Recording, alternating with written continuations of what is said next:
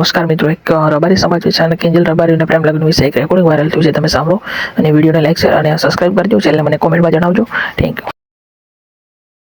ચૌધરી સમાજ અને રબારી સમાજની મીટિંગ મળી અને એમાં સમાધાન થયું ને એમાં કિંજલબેન રિટર્ન પરત ફર્યા સમાજમાં, બરોબર. પણ એમ કહેવાય છે કે જો આ ન થયું હોત તો આને પોલિટિકલી પણ બહુ મોટો મુશ્કેલી પડે છે. અને પોલિટિકલીમાં એવું છે, ભારતીય જનતા પાર્ટીના અત્યારના વિધાનસભાના સ્પીકર જે છે શંકર ચૌધરી, એ શંકર ચૌધરીની વિરુદ્ધમાં પણ વાતાવરણ જામે એમ હતું એવું એક સૂત્રએ કીધું.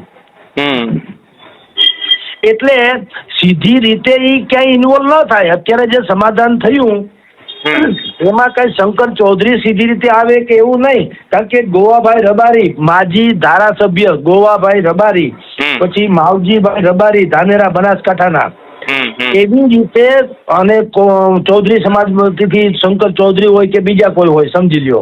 એક કોંગ્રેસના માજી ધારાસભ્ય છે ભુરિયા, એની સરનેમ છે ભુરિયા. આ બધા અંદર ખાને એક્ટિવ થયા હોય અને એને કીધું હોય ઘીના ઠમમાં ઘી પાડી દો, નહીતર બહુ મોટો ડખો થાય. કારણ કે મેં જાણ્યું એ પ્રમાણે રબારી સમાજની જેટલી નાની મોટી દીકરીઓ આવા અનેકો બનાવ બન્યા છે, પણ જ્યાં પણ ગઈ છે ત્યાંથી બાય હુક એન્ડ કુક, એટલે કે કોઈ પણ રીતે એને પાછી લઈ આવવામાં આવી છે.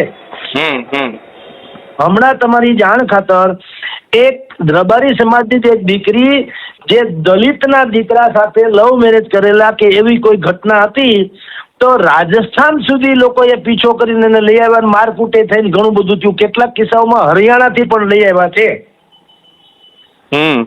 એટલે આવા અનેક બનાવ અત્યારની નવી જનરેશન જે છે એ જૂના રીતિ રિવાજને બહુ પાળતી નથી અથવા એનાથી પળાતું નથી. અને પ્રેમ લગ્ન જેને કહે છે એ લોકો એ પોતપોતે એકબીજાના ખેટિંગમાં કે ગમે તે રીતે પ્રેમમાં પડે અને પછી આવી રીતે લગ્ન ઇત્યાદિ કરી લે, તો સમાજ એને સાંખી લેતો નથી. મેં જેટલા ચૌધરી સમાજના અગ્રણી અને રબારી સમાજના અગ્રણીઓ સાથે વાત કરી એના પછી એવો નિષ્કર્ષ નીકળે છે કે આમાં કોઈ નવી નવાઈ નથી. આ તો કિંજલબેન રબારી પાર્શ્વ ગાયિકા છે, એટલે કે સેલિબ્રિટીઝ જેવું છે, એટલે એને બહુ મોટી હાઇલાઇટ્સ મળી સમાચારમાં. પરંતુ આવા અસંખ્ય બનાવો બન્યા છે. મધ્યમ વર્ગની દીકરીઓ બીજી કોમમાં બીજી કોઈ જ્ઞાતિમાં જાય તો રબારી સમાજ કોઈ દી સાખી લે નહીં.